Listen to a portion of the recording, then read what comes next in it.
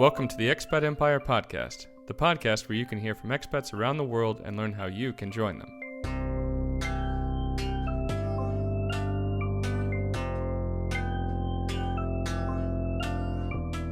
Hi everyone, thanks for joining us today for the second episode of the Expat Empire Podcast. Today we will be hearing from Kirill Alferov, who also goes by the pen name Luigi Verona. He was born in the Ukraine, grew up in Russia, and in the United States in his youth, and has been living in Berlin, Germany for the last few years with his wife. We talk about many topics, including what it is like to grow up in a country that no longer exists, what it takes for a foreigner to be able to succeed in the Russian work environment, and advice on how to find jobs abroad based on how Kirill found his very first job in Germany. Without further ado, let's start the conversation.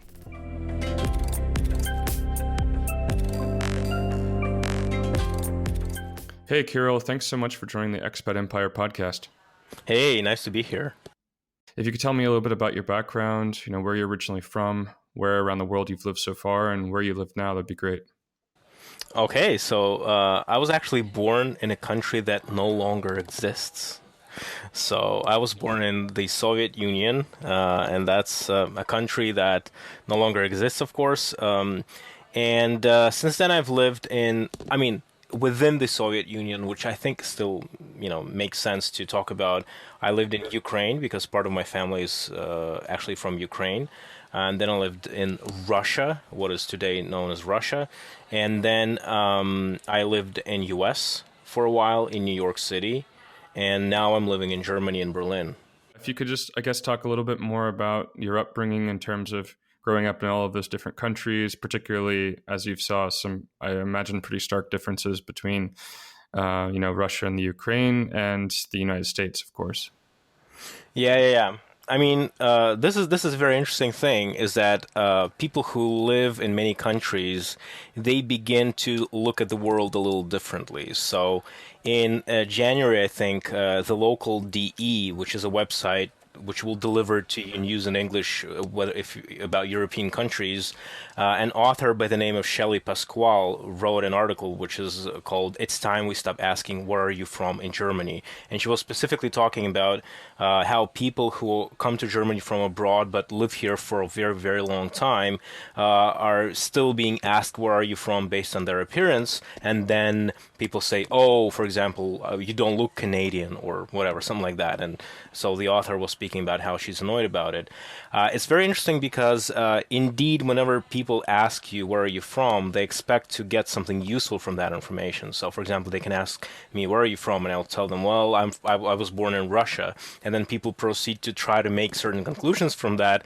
But of course, once you lived in so many countries, you might have chosen an absolutely different perspective, an absolutely different cultural background for you. So whenever I talk to people about this, I typically tell them that although I was born in Russia, in Soviet Union, in fact, I'm not a very cultural Russian in that I was very early on exposed to American culture, of course, which made it very quickly global through English language. And so for a very long time, for example, even when the internet started, I was never part of the Russian internet, for example. And I think that many people are like that, especially people who are traveling. And one of the reasons they're traveling is that they are able to see the whole world as their home. So as banal as it sounds, I think that it kind of makes sense to many of us. So I guess, I guess that my upbringing is very Western based. Can you say that it's specifically US based? I guess so. But obviously, as for someone who has never lived in Russia, I obviously have a very significant background where I speak Russian fluently. I've lived most of my life currently in Russia and among people who speak Russian. So, of course, that is also a big part of just my informational background, so to speak. But at the same time, when I returned from US to Russia, the situation was that because, imagine this is it was a very closed country, and suddenly the walls came down, and all this information from around the world came flooding in. And so there was not a lot of focus on trying to integrate in a specifically Russian culture. That was a very interesting phenomenon. So when I came back from US, I didn't have any pressure to start reading Russian books or start watching specifically Russian movies. And so I kind of never did that. And actually many people, even who like were my classmates and never left Russia, were in a very very similar predicament. So a lot of the people of my age have grown up watching Western stuff or just non-Russian stuff because that was new and interesting. Yeah, that makes a lot of sense. And I think it really rings true, this notion of the antiquated feeling of asking someone where they're from, and of course, coming up with some sort of expectations or stereotypes based on that. What was it like from what you can recall from your early years in the United States? Did you feel some, strong differences? What did you note that really stood out to you? And did that have an impact on your interest in working abroad in the future? So I have a kind of a twofold impression here. On one hand, the facts are that I was just too small, like I was just a kid to really realize this. My parents were of course in deep shock. So we went to US through this kind of Soviet Union had this program where they had to recruit random people around the country to help them, to kind of employ them to work in the embassies around the world. Actually, a lot of closed countries do that, and they do it randomly so that people are grabbed randomly. They are given a very temporary contract, like from 2 to 4 years, and then they're thrown back into their country, and that's it. And so it's like very temporary. And so my parents were teachers, and they were teachers at the embassy. And so, of course, to them, this was a complete shock because coming from a small city in the Soviet Union into like New York, obviously this was a big shock. Us kids, like me and my sister, we didn't understand any of it. Now we just accepted it for what it is. Like, wow, okay, now we're in some new place. So of course, there wasn't any shock because we're just too small at that time. At the same time, of course, it changed completely the direction of my life because it gave me a perspective that many people did not have at the time. Right. And especially, I would imagine your language skills as well, which have been useful, through here in Berlin and maybe other places in the future. Would you agree? Yeah, definitely. I mean, I was sent to an American public school, and so for 2 years I was actually, going to school in America with other Americans. So this was very beneficial to just learning the language, like in actual practice. This is something that people usually don't have. I was there from the age of 9 to 13, I think, something like that. And so this is a very important age, right, for a kid. Not only do you grab a lot of cultural stuff, your brain is still pretty flexible to learn the language and get all the nuances there. So this was very helpful. Yeah, absolutely. And so after that experience, maybe about 4 years in the United States, moving back to Russia, and as you considered, upon high school graduation, going to university, did you only look at universities within Russia, or did you consider other options? So at that time, I lived actually in a very small city in Russia. Well, it's not very small, but it's not Moscow. And at that time, maybe even today, if it's not Moscow and St. Petersburg, you're pretty much, very limited in your options. So I was actually studying to be a physicist. I never seriously considered being a scientist. At that time, I really dreamt about being a musician. So, no surprises there. I think that many people, at some point in time, dream about some creative career and hoping that they're going to be like a celebrity or something like that. But I really wanted to be like a musician at that time, and but basically, I was thinking, of course, about a career eventually connected to IT. So, although you like as a physicist, you still are, immersed in this kind of stuff, math, IT, computers, because there's a lot of modeling that I was doing as part of my PhD studies. Although I actually didn't get the PhD, I didn't actually go for it eventually, but I was studying for it, and so we did a lot of modeling. So you get a lot into programming, into some serious programming, and so after this, it's very easy to go on and just do IT. Yeah. So how did you find your first position, and what city did you actually end up in at that time? So eventually, I mean, my family moved to Moscow, Mm. and then after I finished graduated university, I also moved to Moscow, and then I started working for a game company. Hmm. So my first position was actually a level designer Oh, wow. for an RPG game, and fortunately or not, this lasted for like 2 weeks and 3 days. My level designer. Then I went on to be a PHP programmer, and I've been doing web development for several years, and then moving on to project and product management. So, from your perspective, actually moving to the big city along with your family and having your first working positions there, what was it actually like to work in Russia? That's a good question, and the answer to it must be that by that time Moscow became pretty much a very international city, the level of many capital cities around the world. So at that time, living and working in Russia, just as it's probably today, although I haven't lived there for quite a while, but uh, it's probably a very Western type of experience. So you have a lot of companies, including a lot of international companies, and I didn't actually work for that long for just strictly Russian companies. Hmm. Very quickly, I started working for companies which are international companies based in Moscow. For example, I worked for Nokia, and I worked for a number of other companies that kind of have their local offices in Russia because because I could speak English, that allowed me to just expand my career opportunities and it was just more fun, to be honest. So, but still, when I talk to people from Russia who still work there, I think that more or less it's a pretty global experience nowadays. So, at least in Moscow, that experience is pretty much on par with everywhere else. It's super, I mean, like, of course, I'm generalizing, but in general, that's how it felt. Right. And in terms of your experience working at international companies, did you feel any major differences in the business culture and the work culture that you'd experienced in those environments? As you said, maybe it's more fun or, maybe it's a more exciting company to work for. But in terms of the actual feel of day-to-day work and the hierarchy perhaps, or other, cultural elements of working in a company, did that change a lot? It changed a little bit. I would say that, for example, as I moved to, I think, yeah, Nokia was my first position in an international company. It was less, like you were less controlled, I Hmm. guess, because it's normal for like again this is so like it's dangerous to try to generalize, but in a lot of companies that were strictly Russian, and especially smaller companies, maybe it has to do with just the company being smaller, you have more control over you and people care whether oh, this guy got late, this guy's like 5 minutes late. Oh, that's a problem.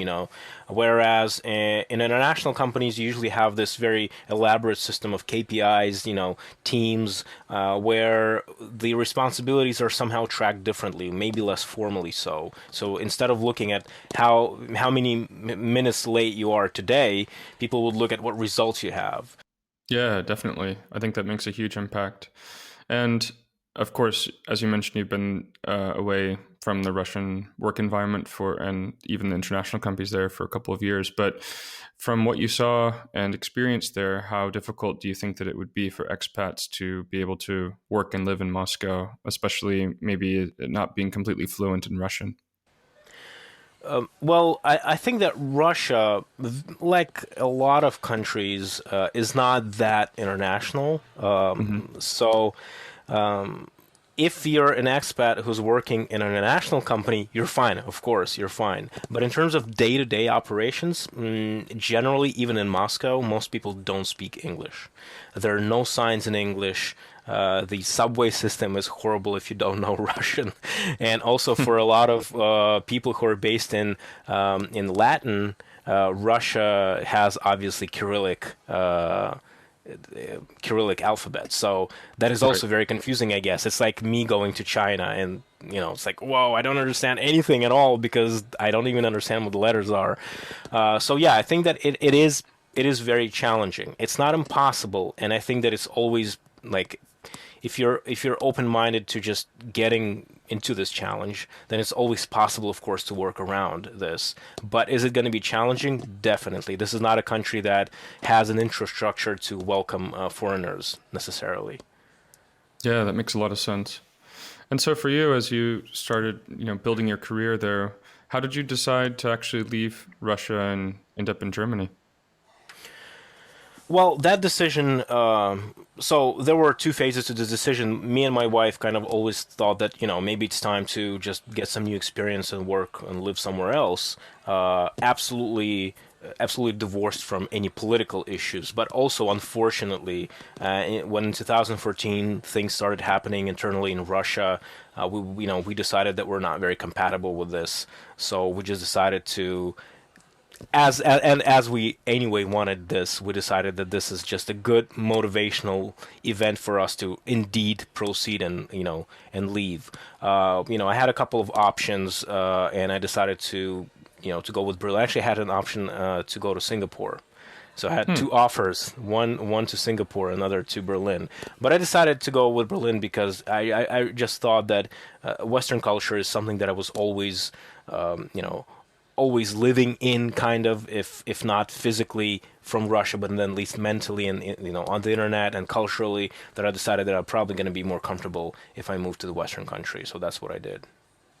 Nice. And how did you actually find those two job opportunities? So this is very interesting, and that maybe some. I want to kind of give a very generalized answer to that, so that it's maybe especially useful to the listeners of the podcast. But basically, initially, or when you start searching for a job, initially you maybe think, okay, so let's say that in my case I'm a product manager, but it could be engineer, whatever profession you have. So I'm a product manager, so then I guess I should start searching for a product manager. And I started looking, using LinkedIn and whatnot, just searching for a product manager in whatever company. And it turns out that's a very bad strategy. And the reason for this is that there are many, many product managers all around the world. And so if you're trying to compete with them, you're probably going to lose. And so when I started searching for a job like that, most of the time my CV was not even opened. In some systems you can see that, right? You're uploading a CV and then you can see that, the position was filled. Nobody even opened that. The situation changed when I started looking for specific areas. So, for example, at that time I worked at EdTech, so I started looking for a product management position in EdTech, and this was the winner plan. So, if somebody's searching for a job, although it seems a little counterintuitive, the best thing, like somebody will say, oh, I have a very niche position, like I have very niche experience. This is exactly what's going to carry you on. Because if you have something that is rare, that is very specific, that's where you can be in a situation where there's small pond situation, almost no competition, and you have experience that could be relevant to this exact position. So that's what I started doing. I started searching for specifically my area of expertise, and that's where it was just the first interview I got was already a success. Thanks for providing that great advice for our listeners. Did the company that you joined at that time provide relocation assistance on your move to Berlin? Mm-hmm. So in my particular case, they organized a flight back to Berlin and back for an interview when they still didn't give, the offer was still not there. So like an on-site interview. And then later on, they did offer a relocation package. Also, I did look at two relocation packages from two offers. And obviously, this was a big sell for me as well to Berlin because they offered like a place to stay for a month, which people... everybody I think will appreciate because it's so difficult to come into a new job and suddenly start searching for a flat, to stay. Could be very stressful. So they offered that. They didn't offer any money specifically, but this alone was very important. Oh, that's extremely helpful, and especially in such a city where it is challenging to find a place to stay. So what was it like for you when you first moved to Berlin? Were there any particularly big surprises or challenges that you encountered in your first few weeks or months? Interestingly enough, no. What me and my wife instantly recognized, we recognized it, several months later, that there were people who would say that they found it to be very difficult. Somehow for us, we didn't feel that much change. It had to do, first of all, that even in Moscow, we would be hanging around people who are very internationally minded, who either speak English or generally are immersed into Western culture. And also Moscow, at least at that time when I lived there, was a relatively developed Western city. So when we moved to Berlin, we didn't feel that there was a difference in culture. And at the same time, thankfully, my wife speaks German, which was a great help. So she was able, while I was working, she was able to, go around Berlin and do the documents and all the paperwork. And she had enough of German to be able to, do that relatively painlessly. So this was a big help as well, her being able to speak German.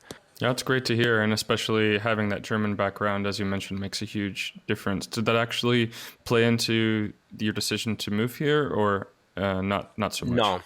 No, not so much. For example, I don't know German. I don't speak German. I just have a very, very basic level of German right now. And I never studied German in school. My wife, she studied that in school, so that helped. But this was not, we really were looking, like, this was just a bonus. Like, wow, okay, and she happens to speak this, so this is very nice. Yeah, definitely. And how have you actually, built up your language skills while you've been here, if you've had the opportunity to? Well, so that's something that I have a very strong opinion about, but also because it's strong, I understand that probably not many people will agree because I see many people doing it differently. Basically, what I started doing is a standard thing. I went to a language school that's here in Berlin, which is typically very known. So I started going there, and I very quickly aced. So Europe has the standard language levels, which are from A to C, and it's usually A1, A2, B1, B2, C1, C2, and then you're fluent. So I started going through A1 and A2 courses, and I went, pretty quickly. I took the intense studies. It was difficult, having a job and going to language school, but hey, it's fine. But then when I started going to B1 courses, that's when things started to break down a little bit because so it seems that nowadays people are using the same textbook in every school in Germany, which is called Menschen, which is like people.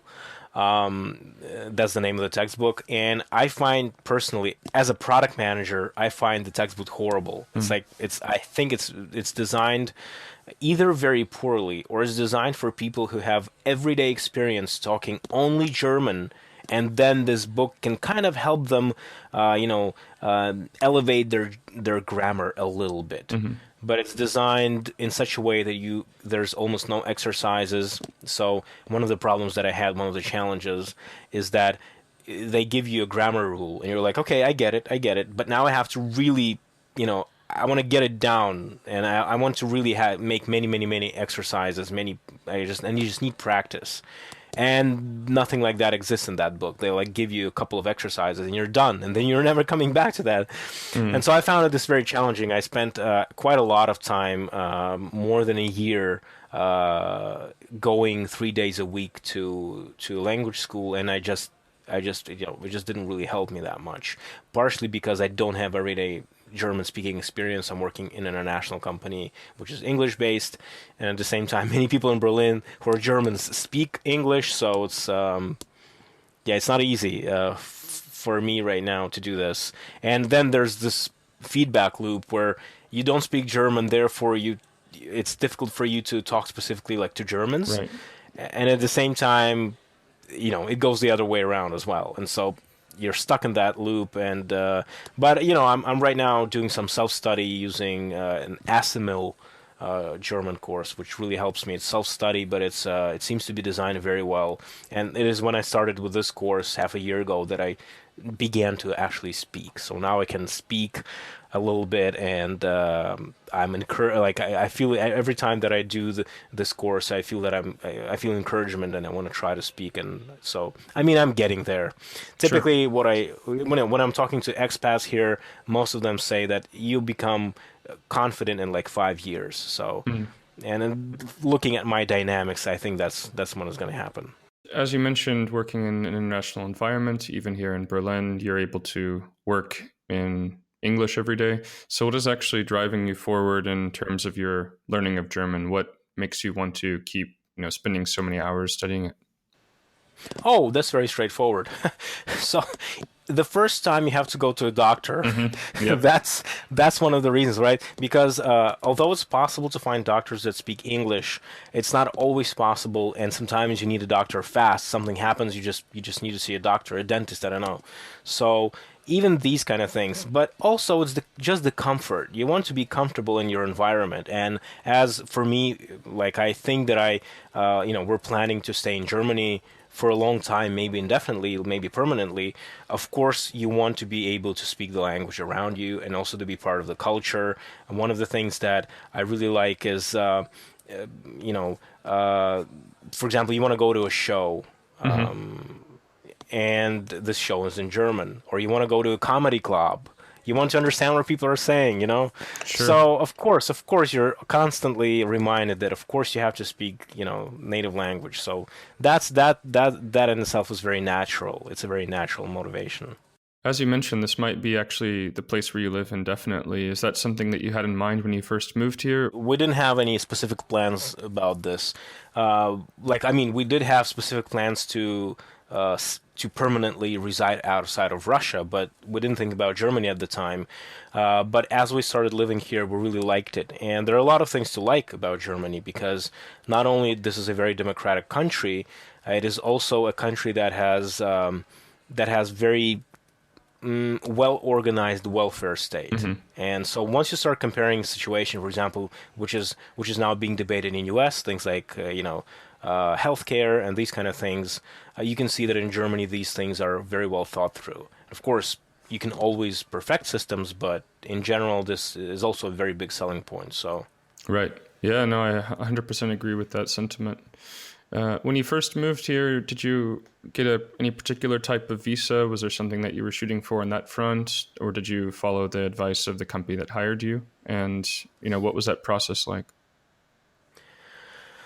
It was actually a little vice versa. So, of course, I talked to the company first, but when I started, and this is something that, again, this sort of generalized answer that I can give because I gave it to many people, is that before I started choosing, like internally, I was having interviews with companies from different countries, including UK. So I had UK, Germany, I had Singapore. I had a couple of others I don't remember necessarily right now from Europe. And then I was looking at what kind of visas are being required to come work to, in a given country. And so, for example, countries like US and UK, I almost instantly decided not to even look at, because they have very complicated immigration issues at the time. UK at that time was already having, for several years, people voted that immigration and immigrants are a problem. Or at least, this was the political discourse at the time, and even students had difficulty getting a visa. So I was thinking, no, this is definitely not, not a safe, not a safe option there. So in Germany, there is unique thing. So Europe has this blue card, Right. Kind of like a green card in US.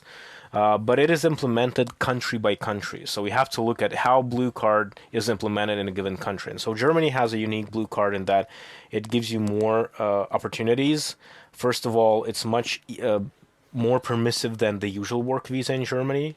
So the company does not have to prove that you're a unique expert. Instead, all they need to make sure is that you're receiving enough money. And so the law tells you, here's the amount of money that you need to receive as your salary annually. And if this and some other standard documents things are satisfied, then that's fine. You're given a blue card.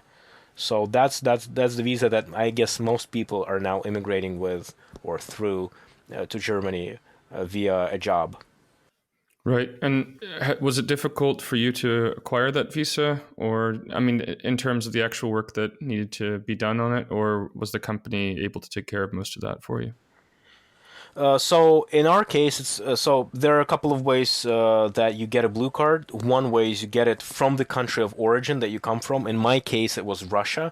Or you can first grab like a job search visa that Germany actually has, find a job in Germany, and then receive a blue card. So in my case, we received it very easily. I got a contract, and I went to the German embassy in Russia and applied for a blue card there, and they give you like a visa that says, okay, you're eligible for a blue card. Then you come to Germany, and that's where the company helped a lot. They just, applied all these documents to the foreigner's office, and then these guys issued a visa. Basically, when you apply with this visa, they're kind of obliged to give you a visa. So it's not like a lottery or anything. They just give you a visa. If the company does not help, you can still like it's not impossible to get it. It's just a little bit more difficult if you don't know the language, which is actually a little ironic because foreigners office kind of implies that there's going to be a lot of foreigners, but Right. typically nobody will speak English there. There are several people who are younger. So, like, if you see clerks who are younger, they typically will speak English, some of them even very gladly. And many of us were very thankful to them when they would just Yes. say, sure, sure. Because, I mean, imagine, I can understand the necessity to make sure that a person knows German if he wants, for example, to become a citizen. This is absolutely normal. Of course, you have to speak the language, obviously. There's absolutely no doubt about it. But imagine somebody comes from Italy to work for a couple of years in Germany and then move to France and then move back to Italy, right? They can't be expected to learn each language they go to. It's European Union. That's the whole point of that. But somehow one of the difficulties that many people in Berlin experience, and maybe in Germany in general, is that foreigners' office clerks will typically not talk to you in English at all. So Right. that's a Yeah, little it is a big challenging. challenge. Yeah, definitely. And if I'm not mistaken, recently you got your permanent residence here in Germany. Is that right? Yeah, that is true. So the blue card allows you to get a permanent residence based. So either you get it in 3 years, basically without German language, or you get it in 2 years if you can prove that you have like this intermediate German language. So because I was going to school, I was able to prove that hey, yeah, I have intermediate German, so they give you the permanent residence. Well, that's great. Congratulations. Thank you. It is the same kind of permanent residence that you like. For example, a person who gets a permanent residence of this sort, they cannot leave the country for more than 6 months. So it's very similar to how U.S. handles their green card, actually. So that's where the green card blue card analogy actually works. Right. And now that you're a permanent resident, what other benefits do you get that might not have been, available to you under the blue card policy? Right. So if you're a permanent resident, basically you're a lawful resident of Germany, and you have every right as the citizen, apart, of course, from the political things like voting and being like holding an office. Like the governmental office Right. positions. So basically, that means that you're no longer tied to any employer. You no longer have to work because the blue card thing is that you have to work, and if you're fired or you leave a job, you have only 3 months to find another job, and if you don't, your blue card is canceled. So for people who want to stay in Germany and live here and they have a life here already, this is of course a risk, right? Who knows what happens? You might be an excellent expert, great worker, but something happens to the company and you're let go. And then in 3 months you cannot find it, right? So it's always stress. So this removes that. You're basically now a lawful resident, of course, a taxpayer who just can live and work in Germany. So the only thing you cannot do is vote. So you mentioned that in your first contract, you were able to get an apartment covered for 1 month in Berlin. How did you actually find a final apartment after that point, and where did you end up staying? How did you make that decision? So we were using, so my wife was primarily searching for this. She was using some of the websites that were recommended to Hmm. us. Actually, I don't necessarily remember already the names of these websites, but whenever I hear them, I'm like, oh yeah, we use the same. Um, but people can easily find these websites on any expat kind of oriented site. And we were even once we bumped into a scam. Like people will tell you, there's a very known scam when you're trying to find an apartment in Berlin, probably elsewhere as well. Is that people say, "Oh, I have this great apartment." They send you the photos, the address, and they say, "However, I live somewhere in Italy right now, so I can, very cheaply, get it to you, just wire me the money and get the key over there. And of course, this is a scam, but we thankfully realized that this is a scam. Eventually, we got an apartment in Prenzlauer Berg, which is a very nice area. Well, some people find it nice, some don't. I mean, it's always a matter of taste and what you want, but it's pretty much a very calm area. People typically say that this is a family-friendly district of Berlin. We found it, so basically one of the difficulties that people have when locating an apartment in Berlin finding is that in certain, especially like in the end of summer, there are many students, they try to search for an apartment, right? So you have high competition. And at the same time, if at the same time, there was a situation that, for example, if you're competing with Germans, you're probably going to lose. Right. We had that several times. For example, we would come to an apartment and the host is going to be there and they're going to show something to us, and then a German couple comes in and that's it. And you realize that's it. Right. You see it happening in front of you. Yeah. Yes, you see that happening right in front of your eyes. That's it. You're lost to them. So, but in general, what helped actually is that my wife was able to, like, look, most people will work and then in the evening they'll go look at apartments, and then you're walking among those crowds. Right. Like there are going to be like 3-room apartment, like crowds of people looking at it. So high competition. My wife was able to go and see a couple of apartments in the morning, and there was like her and somebody else. And we had all the documents, and I could prove that I have a job and it's a well-paid job. So yeah, we got it relatively quickly. We searched for apartment only for 1 month. Yeah, that's So, great. That's actually a yeah, success story for sure. yeah, it was a success story, and it's probably not a very representative story. I know people who found an apartment fast as well. I know people who search for a long time. But typically, what people do is that they get an Airbnb or they get an apartment for 3 months. They stay there while searching for the long term. Right. Yeah, it could be a string of 6-month places, or whatever it takes to ultimately find the one that you want to stick in. So how did you actually make your friends when you first moved to Berlin? Maybe through coworkers or meetups? What was the way that you were able to really build a network here? Co-workers primarily, because since I was hired by an international company, there were a lot of people who were also expats. And then yeah, so in terms of getting into other kind of communities, that has been actually pretty difficult.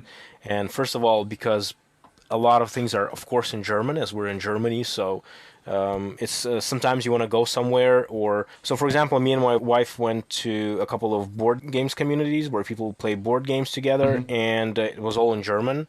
And although it was okayish, like we could understand what's going on, it at that time it was not still comfortable enough for us to really stick and make some friends, because actually, although people, I said before that a lot of people in Berlin are able to speak English, it doesn't mean that they're comfortable doing that. So there are a lot of people who are able to understand and speak their mind generally, but you can see that they're not as comfortable really communicating and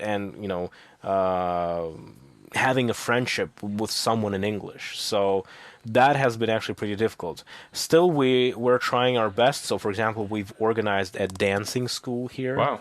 So my wife is running a rockabilly jive 50s dance school, and most of our students are actually Germans. Oh, wow. So I wouldn't say that we haven't made any friends, like specifically like hanging out and stuff like that, but at least we're beginning to be part of the community, which is nice. So yeah, it's fantastic. I mean, if you find something that you enjoy, that you're good at, especially maybe being able to do some sort of side business or something like that, why not create it yourself, right? yeah, exactly. I did hear though, even like from Germans, that if you're a German and you're moving from one city to another, you will also have a hard time making friends. This seems to be a narrative that I'm hearing all the time, that in Germany it's very difficult to make friends. I'm yet not experienced enough to say that yes, this is what I'm seeing all the time, but that's the popular narrative about Germany in general. Yeah, makes sense. And so you moved here with your first company. I'm curious to hear more about that experience in terms of getting comfortable working there, and how you progressed in your career there, and if you've actually managed to change jobs since you've been here in Berlin. Yeah. So I already changed jobs. The first company that basically helped me relocate, I worked there for 2 years. It was a nice company, but it was a startup that experienced, growth pains. Hmm. So basically, it was a startup of like under 100 people that exploded into 300 people. So it was an interesting time, but at the same time, a challenging one for the company. The company went through several rounds of, cuts and cost cuts, and people were let go. So by the end of the 2 years that I was there, it was pretty stressful. It was a nice experience, and the company was very comfortable to work in.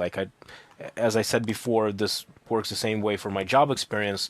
I didn't feel any difficulties going in switching from one job to another, meaning like from Russia to Germany, because also I was working in the same industry. Hmm. Remember, I was saying that I was searching specifically for, hey, do they need experts in my industry?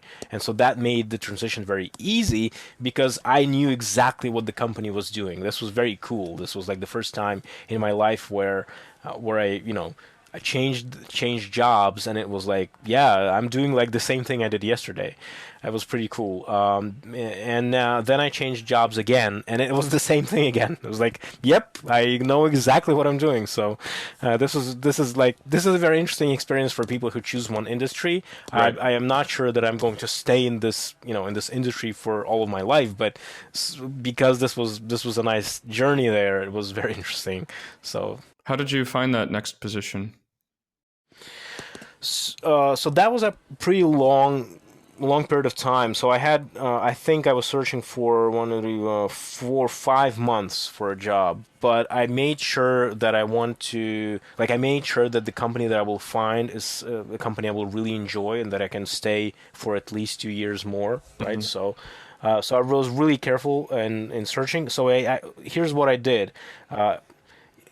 Every industry probably, or most industries, will have agencies that will help you find jobs specifically for your industry. This was actually something that was news to me when initially I was searching for a job outside of Russia. This was like I thought that there are agencies that recruiting agencies that kind of help you find things, but I didn't know that they can be industry specific. They can. This Mm. is very Yeah, that's cool. great. So I was actually talking to an industry specific agency and saying, hey guys, so I'm ready to move on. Maybe you can help me. But eventually, I actually found a job through a former colleague who recommended me. So, I found a job, and then at the very last moment, this guy comes up and says, "Hey," and this was all in the same industry. So, I was just looking at two different offers and saying, "Okay, this offer is better." But yeah, it took a long time, and then it was all down to luck, Right. as it sometimes Yeah, as happens. it often is. Right. But Definitely. but nevertheless, like to give more general points so that it's more useful to listeners, it was LinkedIn, and what I realized is once I moved to Berlin, I began to be contacted by a lot of recruiters because once you're in Europe, right, that means that you have the right to work there, and that means that you're now more accessible to other companies. So I was using that a Hmm. lot. If you're always getting these emails in LinkedIn, hey, are you interested in that? Are you interested in that? And what I do is that I sometimes write to people, hey, I like your recruiting agency. I like what you guys do. Like either I heard about it or I like their portfolio. And I say, I'm not, searching for anything right now, but let's stay connected because who knows, maybe in the future I'll write you. And this is what happened when I decided to move on. I started writing some of the guys that I had made contacts with before and saying, yeah, actually, I'm looking for something now. And I got a number of very interesting, offers from them. Well, not offers, but like interviews and contacts. So this is also, I think, a very viable solution once you get this networking. Right. And, the narrative right now has really been a lot about the fast growing Berlin tech startup scene. And I know that you've been a part of that, and I have as well. What's your impression of the quantity and the quality, frankly, of the job opportunities available to foreigners in Berlin in this space, but maybe outside of tech as well? So outside of tech, I'm not sure. I don't have much experience, so I wouldn't be able to comment there. In terms of tech, I would say that there are two significant markets, I guess, for experts, right? For for employees. One is really like a startup market where you are probably not going to get a lot of money, but a lot of opportunities to join companies that are just starting out. It could be great for building experience, but you have to understand that the money is probably going to be not, it's not going to be enormous salaries or anything like that.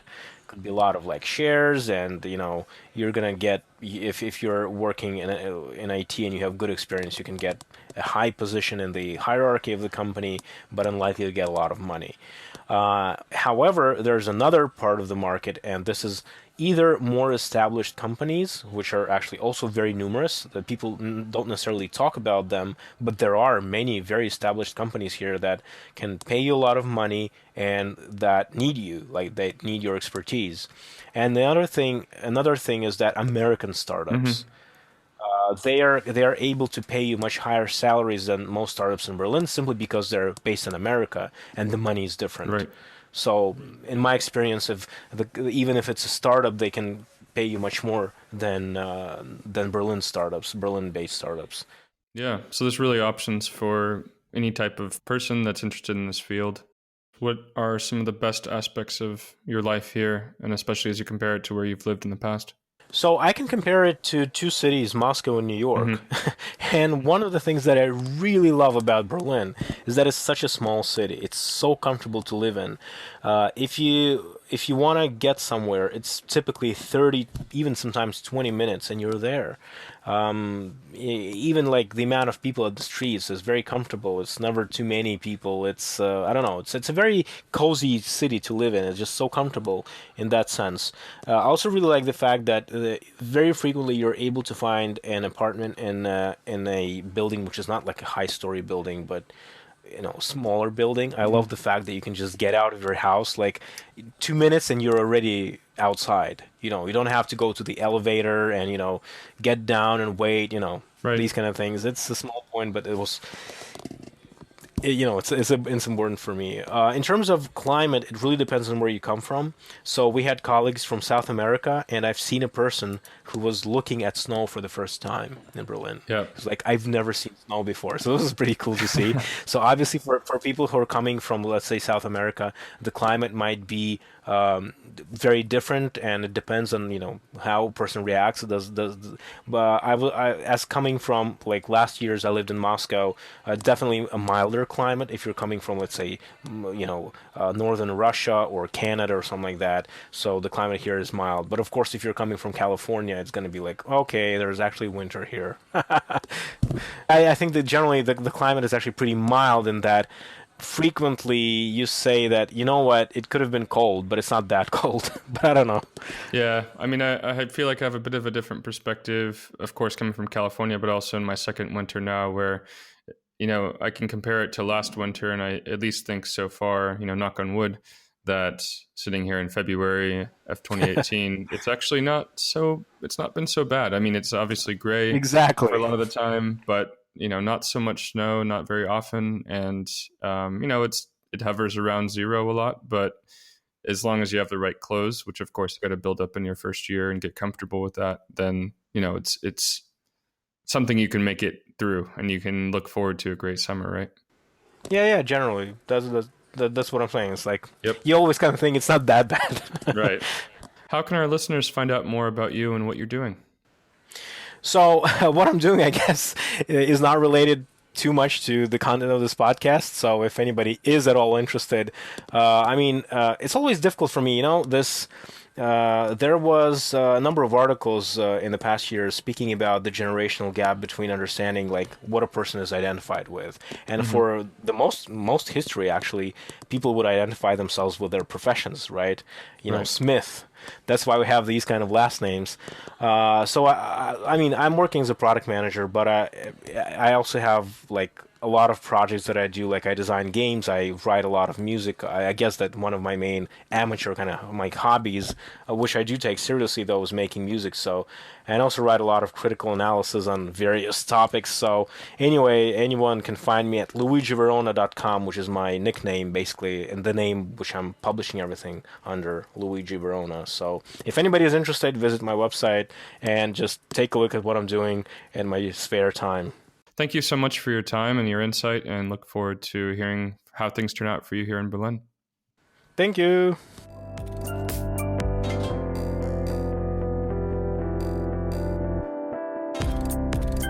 Thanks to Kirill for sharing his story with us. You can find the show notes for this episode, as well as a full transcript, at expatempire.com.